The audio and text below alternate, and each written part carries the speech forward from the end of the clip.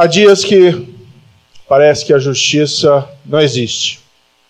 Nós assistimos criminosos sendo soltos, fazendo pouco da justiça. Nós nos cansamos de ouvir tantas mentiras. Nós, por vezes, assistimos até condenados, parricidas, saindo às ruas em Dia das Mães, Dia dos Pais. E eu sempre me indago, né? Por que isso acontece? Porque a justiça, por vezes, nos é negada. A minha reflexão é que isso acontece sempre para nos lembrar que ela precisa ser conquistada. Nós caímos porque nós precisamos aprender a levantar. E essas situações de denegação de justiça simplesmente nos motivam, nos devem motivar a ir adiante, a reconstruí-la, a reconquistá-la. E é isso que nós temos tentado fazer no governo federal do presidente Jair Bolsonaro.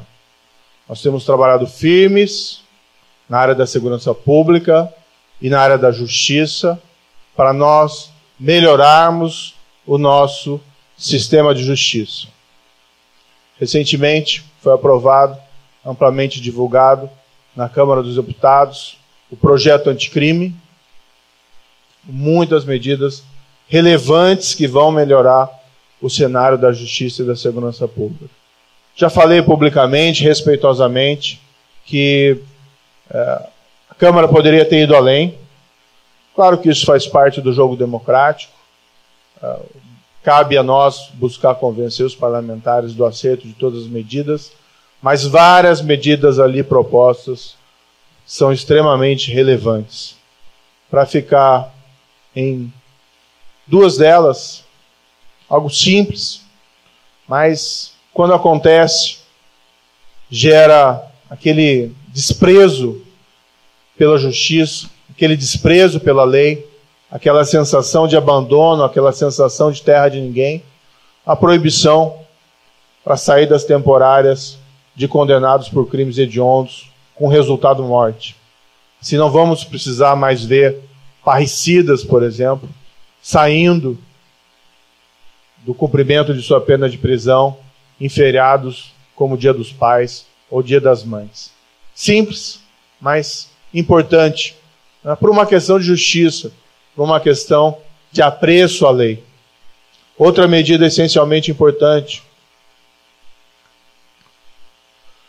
está ali previsto que os vereditos do Tribunal do Júri vão ser executados já a partir do julgamento de primeira instância. Não é incomum hoje em dia, após o julgamento do júri, que no Brasil é responsável por julgar homicídio e feminicídio, basicamente, crimes contra a vida, não é incomum que após um julgamento condenatório pelo Tribunal do Júri, com toda aquela solenidade própria do Tribunal do Júri, alguém condenado por um feminicídio, um requinte de crueldade, sai pela porta da frente.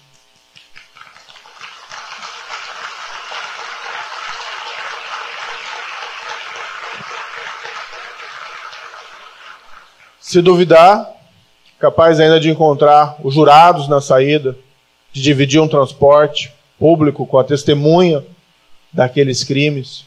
Tudo isso gerando aquela sensação de abandono, de perda, de desprezo pela justiça. Foi aprovado na Câmara, tenho grande confiança que deve ser aprovada essa medida também no Senado Federal. E a partir de então, esse tipo de situação nós não mais veremos acontecer. Após a condenação, ainda em primeira instância pelo Tribunal do Júri, o homicida ou feminicida sai preso, sai condenado, com excepcional chance de obter um recurso suspensivo, mas a justiça começa a funcionar. Precisamos também retomar, está havendo discussões importantes na Câmara e no Senado Federal, a execução em segunda instância. Existe um projeto de lei no Senado, com perspectivas de votação ainda esse ano. Existe uma PEC na Câmara que há perspectivas de votação no primeiro semestre do ano seguinte.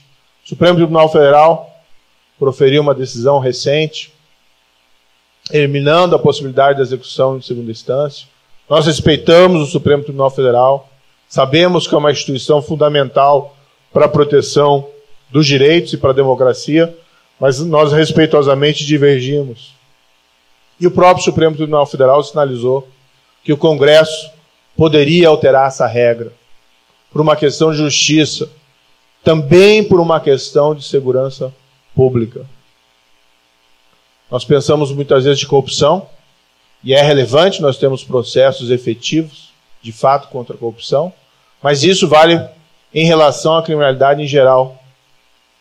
Esses dias tomei notícia de um fato, um condenado por homicídio de policial federal, aqui no Paraná, em Cascavel, fato ocorrido em 2012. O policial federal foi assassinado.